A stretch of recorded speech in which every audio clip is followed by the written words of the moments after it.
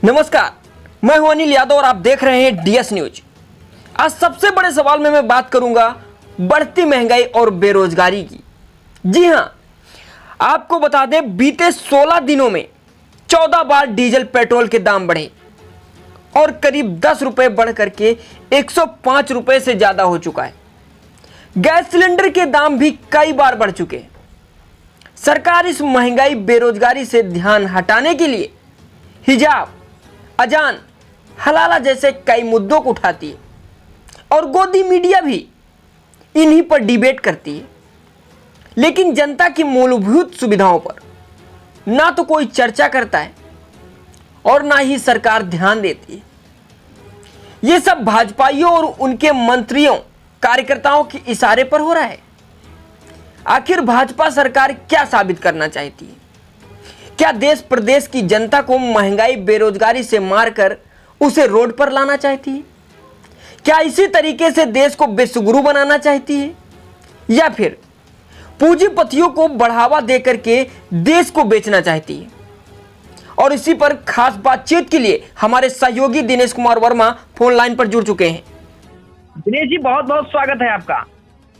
बीते 16 दिनों में 14 बार डीजल पेट्रोल के दाम बढ़े और करीब 10 रुपए से ज्यादा बढ़ चुके। अब 105 रुपए के चुका है, लेकिन सरकार इस पर कोई भी बयान नहीं करती है और गोदी मीडिया भी इस पर कोई चर्चा नहीं करती, डिबेट नहीं करती है। क्या कारण है? अनिल जी, मैं आपको बताना चाहता हूँ कि जिस तरीके से एन केन प्रकरण जी भाजपा सत्ता में आना चाहती थी जी और वो आ गई है सत्ता में, लेकिन अभी भी हिमाचल में जी और जो है कर्नाटक में, गुजरात में हाल ही में चुनाव होने वाले हैं जी।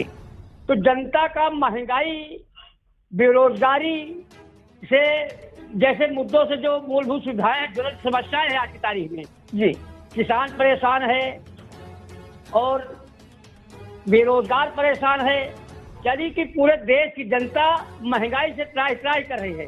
तो इन मुद्दों से ध्यान हटाने के लिए जी सरकार हिजाब, अजान और जो है हलाल जैसे मुद्दों को आगे कर रही, जैसे कि मूलभूत सुविधा वाले मुद्दे नगण्य हो जाए, जनता उन पर जो है ध्यान ना दे, इसलिए जो है हटाना चाहती। तमाम प्रकार के, जैसे कि एक मुद्दा खत्म नहीं होता दूसरा मुद्दा ला देती है। अभी हाल ही में जो है फल विक्रेता, जो मुस्लिम फल विक्रेता हैं जी, उनके ऊपर जो है हस्तक्षेप कर रहे हैं कि हाँ, इनको हटाया जाए। तो इस तरीके से जो है भारतीय जनता पार्टी मूलभूत सुविधाओं से जनता का ध्यान हटाने के लिए जी जो है नए नए हथकंडे अपनाती है, नए नए मुद्दे लाती है, जिससे कि हिंदू मुस्लिम, यानी कि जो मुस्लिम तुष्टीकरण नीति हिंदू मुस्लिम कराना चाहते हैं, जिससे कि हमारी सत्ता बनी रहे। जिस तरीके से अंग्रेजी ने शासन किया भारतवर्ष पे, तो फूट डालो राज करो जी, उसी तर्ज पर जो है आज भाजपा भी हिंदू मुस्लिम को लड़ा करके जो है जी पाकिस्तान, चीन की बात करो, देश विदेश की बात करो और जो है मंदिर मस्जिद की बात करो, लेकिन मूलभूत सुविधाओं, बेरोजगारी, महंगाई पर बात न करो। उनसे ध्यान हटाने के लिए सब कर रही है। दिनेश जी, जनता जानना चाहती है, हमारे दर्शक जानना चाहते हैं कि जो भाजपा सरकार पे जिस तरीके से विश्वास जताया था उन्होंने कि हमारी सुविधाएं पूरी होंगी, नौकरी मिलेगी, बेरोजगारी खत्म होगी, लेकिन वो कोई भी आशा उनको दिख नहीं रही है। इसी तरीके से जिस तरह श्रीलंका में हुआ था कि आज जनता सड़कों पर है, तो आज नहीं तो कल निश्चय ही भारत की जनता भी सड़कों पर होगी।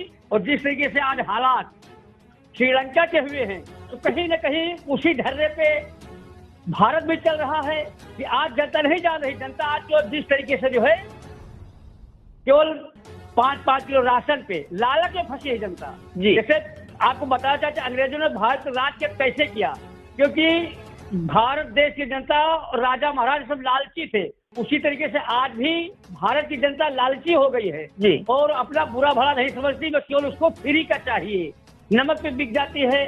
इस तरीके से जो है योगी मोदी यही नीति अपनाते हैं कि जनता का रुख किधर है। जैसे एक बात बता दें, उनको कैसे मालूम हुआ जी कि आपको बता दें कि कोरोना काल में डॉक्टर की जरूरत होती है, अस्पताल की जरूरत होती है, दवाओं की जरूरत होती है, लेकिन मोदी जी ने टार्च जलाने का बात की, ताली बजाने की बात की, लेकिन जनता ने, पूरे देश की जनता ने ताली बजाई, थाली बजाई, टार्च जलाया।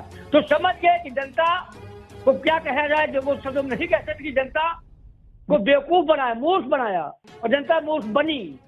बिल्कुल। और जब जान गई कि यह जनता भारत की मूर्ख है, उसी तरीके से जो है भाई नौकरी देते तो एक परिवार पूरा पलता, उसका पूरा परिवार पलता, पूरी जिंदगी पलता, लेकिन 5-5 किलो राशन दे दिया, जनता के ध्यान हटा दिया।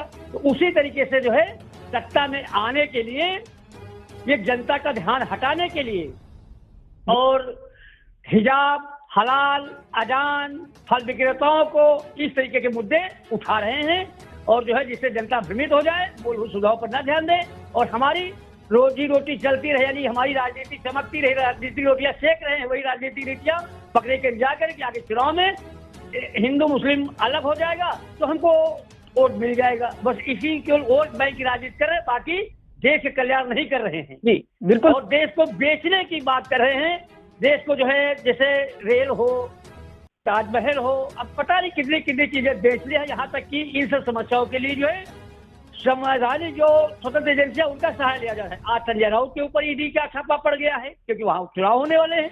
जी इस तरीके से जो है अपने विरोधियों को परेशान करते हैं। एक बात और मैं बताना चाहता हूँ जी, योगी बाबा का बुलडोजर चलता है तो केवल विरोधियों पर चलता है जी, अपने भाजपाइयों पर या अपने अधिकारियों पर, कर्मचारियों पर, अपनों पर नहीं चलता, बल्कि अपने विरोधियों पर चलता है। जैसे कि विरोधियों की कमर तोड़ देना चाहते हैं जी, विरोधियों की कमर तोड़ोगे तभी अगली बार कोई आपके साथ चुनाव, आपके खिलाफ चुनाव लड़ने की हिम्मत नहीं जुटा सकेगा। जी यही सब करना चाहते हैं कि जनता को भी बरगला रहे हैं और राजनीतिक जो हस्तियां हैं उनको भी नेस्तनाबूद करने का प्रयास करें, जिससे कि भविष्य में हमारे जो है ऊपर कोई खड़ा न हो, हमारा हमेशा निर्द्वंद जीवन पर्यंत हमारा शासन चलता रहे। जैसे अंग्रेजों का शासन चला उसी तरीके से जो है अपना भी शासन चलाना चाहते हैं और हिटलरशाही चलाना चाहते हैं। बिल्कुल दिनेश जी, हाल ही में हुए चुनाव में पेट्रोल की इतनी महंगाई नहीं थी, ना डीजल महंगा था, ना पेट्रोल महंगा था, ना तो घरेलू गैस महंगी थी।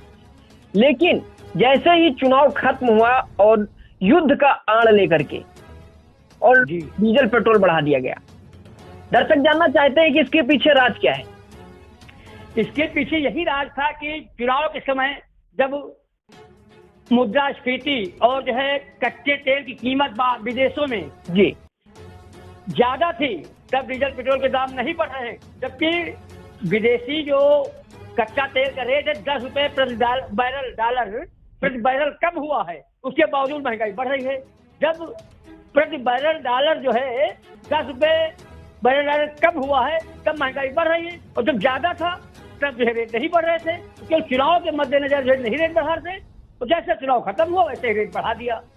और एक बात और बताना चाहते हैं आपको कि आज प्रधानमंत्री नरेंद्र मोदी भाषण दे रहे थे कि महिलाएं हमारे साथ हैं। जी ये बात सही है कि जो गल्ला मिला है, तो हमने एक खबर में डिबेट किया था, देखे हमारे जो है प्रोग्राम में डिबेट किया था तो उसे बताया था बिल्कुल, यदि बेरोजगार ने वोट नहीं दिया, किसान ने वोट नहीं दिया, और आपको बता दें कि जो 403 विधानसभाएं हैं, 400 सभी विधानसभाओं में जो बैलेट वोट पड़ा था, जो पढ़ा लिखा मुझे वोट दिया था, उसमें 403 में सपा जीती थी, भाजपा हारी थी। बिल्कुल। तो कहीं न कहीं पढ़ा लिखा तबका, किसान, बेरोजगार, नौकरशाह, सब आदमी भाजपा के खिलाफ वोट देना चाहता है। लेकिन हाँ, जो महिलाएं हैं, अनपढ़ हैं, गंवार हैं, और जो पढ़ी लिखी नहीं है, वो केवल 5-5 किलो राशन पर जो है बिकी है, उन्होंने वोट दिया, इसीलिए भाजपा सत्ता में आई, नहीं तो भाजपा सत्ता से कोसों दूर होती। और कुछ न कुछ तो जो है शासन सत्ता का ही जो है इस्तेकबाल होता है, जैसे कि 45 सीटों पर राज्यसभा का चुनाव होना था, एमएलसी चुनाव होना था, बिल्कुल 9 में निर्विरोध एमएलसी घोषित हो गए, भाजपा के जीत गए, तो इसका मतलब सत्ता की हनक धमक है। सत्ता तो 36 बचे हैं, तो इसमें भी 36 में 36 भाजपा जीत सकती है, इसमें कोई दो राय नहीं, क्योंकि सब विधायकी में जीत लिया जी, एक जनप्रतिनिधि शासन सत्ता का और जो है प्रशासन के साथ लेकर के, इसमें 36 से 36 भाजपा जीत सकती है, इसमें कोई दो राय नहीं। बिल्कुल दिनेश जी, एक सवाल आपसे और है कि जो उत्तर प्रदेश के मुख्यमंत्री हैं, इनको दोबारा जो है उत्तर प्रदेश की जिम्मेदारी दी गई है और इनको नियुक्त किया गया है कि वो जनता की जो सुविधाएं हैं उनको ध्यान में रखते हुए उनकी समस्याओं को सुनेंगे और उनकी मूलभूत सुविधाओं को पूर्ण करेंगे। लेकिन अगर इनकी बुलडोजर की बात की जाए तो इनकी बुलडोजर सिर्फ लिस्टेड लोगों पर ही चलती है, चाहे वो गांवों को ले लें और चाहे वो शहरों को ले लें, चाहे वो तालाब अतिक्रमण हो चाहे वो खलिहान का हो। लेकिन उन पर इनका कोई भी कर्मचारी अधिकारी ध्यान नहीं देता है, उस पर जो है इनका बुलडोजर नहीं चलता है। यदि लिस्टेड है, इनकी लिस्ट में शामिल है, तो चाहे ग्रामीण एरिया का हो चाहे शहरी एरिया का हो, उसके ऊपर बुलडोजर चला दी जाती है। हाँ, ये बात सत्य है, इसमें कोई दो राय नहीं है। मैं एक छोटा सा उदाहरण देना चाहता हूँ बाराबंकी जनपद का जी, कि बाराबंकी जनपद में समाजवादी पार्टी के विधायक सुरेश यादव के भाई के ऊपर बुलडोजर चला जी, पंकज वर्मा के ऊपर बुलडोजर चला जी, लेकिन भारतीय जनता पार्टी के विधायक जी, और मंत्री खलिहान में तालाब में घर बनाए, क्या उन पर भी बुलडोजर चलेगा? जी, बिल्कुल। मैं दावे के साथ कहता हूँ उन पर बुलडोजर नहीं चलेगा, उन बच्चियों के ऊपर चलेगा। इसी तरीके से भाजपाई और भी कई कद्दावर नेता है, उनपे भी जो है अवैध आक्रमण किया है, सरकारी बिल्डिंगों सरकारी जमीनों पर अवैध आक्रमण किया है, लेकिन उन पर नहीं चल पाएगा। केवल चलेगा तो चलेगा, विपक्षियों पर चलेगा, ये बात सत्य है। इसलिए जनता की मूलभूत सुविधाओं को और उनके रोजी रोजगार को ध्यान हटाने के लिए केवल बुलडोजर चलता है, बाकी जनता के विकास के लिए कोई कार्य नहीं होता है। लाखों करोड़ों की बिल्डिंग ढहा दी जाती है जी, उसको अपने कब्जे में कर ले तब तो फिर कहीं तक गरीबों से, लेकिन उसको ढहा देते हैं, नुकसान करते हैं जी, और बाकी कोई फायदे का कोई विकास कार्य नहीं करते। जनता का ध्यान हटाने के लिए केवल बुलडोजर चलता है। वही काम विकास करें जिससे जनता को राहत महसूस हो। दिनेश जी, जैसे कि आपने बाराबंकी जनपद की बात की है, तो बाराबंकी जनपद में ऐसे कई भाजपा नेता हैं जो और तो और गरीबों की जमीन को हथिया लिए हैं, जिनके ऊपर आज तक बाबा जी का बुलडोजर नहीं चला है। हाँ, तो एक नारा चला था रामनगर विधानसभा में, योगी मोदी से बैर नहीं, शरद अवस्थी तेरी खैर नहीं। तो जनता ने खैर उनको अपना सबक सिखा दिया है, लेकिन शरद अवस्थी के ऊपर कई आरोप लगे थे जिन्होंने गरीब जनता के सरकारी जमीन पर अवैध कब्जा किया था, लेकिन जनता ने उनको हटा दिया। उसी तरीके से आज नहीं तो कल जनता पूरी बात समझ जाएगी, सड़कों पे आएगी, तो भारतीय जनता पार्टी को भी जीतने के लाले पड़ जाएंगे। हमने भी कहा था कि 2024 का चुनाव उनके लिए बहुत ही शोचनीय होगा, क्योंकि एक जनता के विकास के लिए कोई कार्य नहीं करेंगे, बेरोजगारी के कोई काम नहीं करेंगे। तो जिस तरीके से आज बेरोजगार, किसान और जो है नौजवान सब परेशान हैं, उसी तरीके से महिलाएं भी समझ जाएंगी। तो इनको एक बार सोचना पड़ेगा, नहीं तो 24 के चुनाव में सत्ता इनसे दूर हो जाएगी। दिनेश जी, नौजवान अपने रोजगार को लेकर के अपना जान भी गंवाए दे रहे हैं।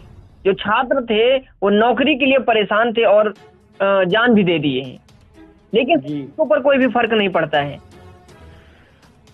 उनके ऊपर फर्क नहीं पड़ा कि जो सेना में भर्ती है जी, 17-18 में 112 थी जी, 19-20 में 95 थी, और उसके बाद जो है धीरे धीरे आज की पोजीशन है कि 21-22 में केवल 4 हैं, केवल 4 उंगली पर गिने वाली केवल 4 बची हैं।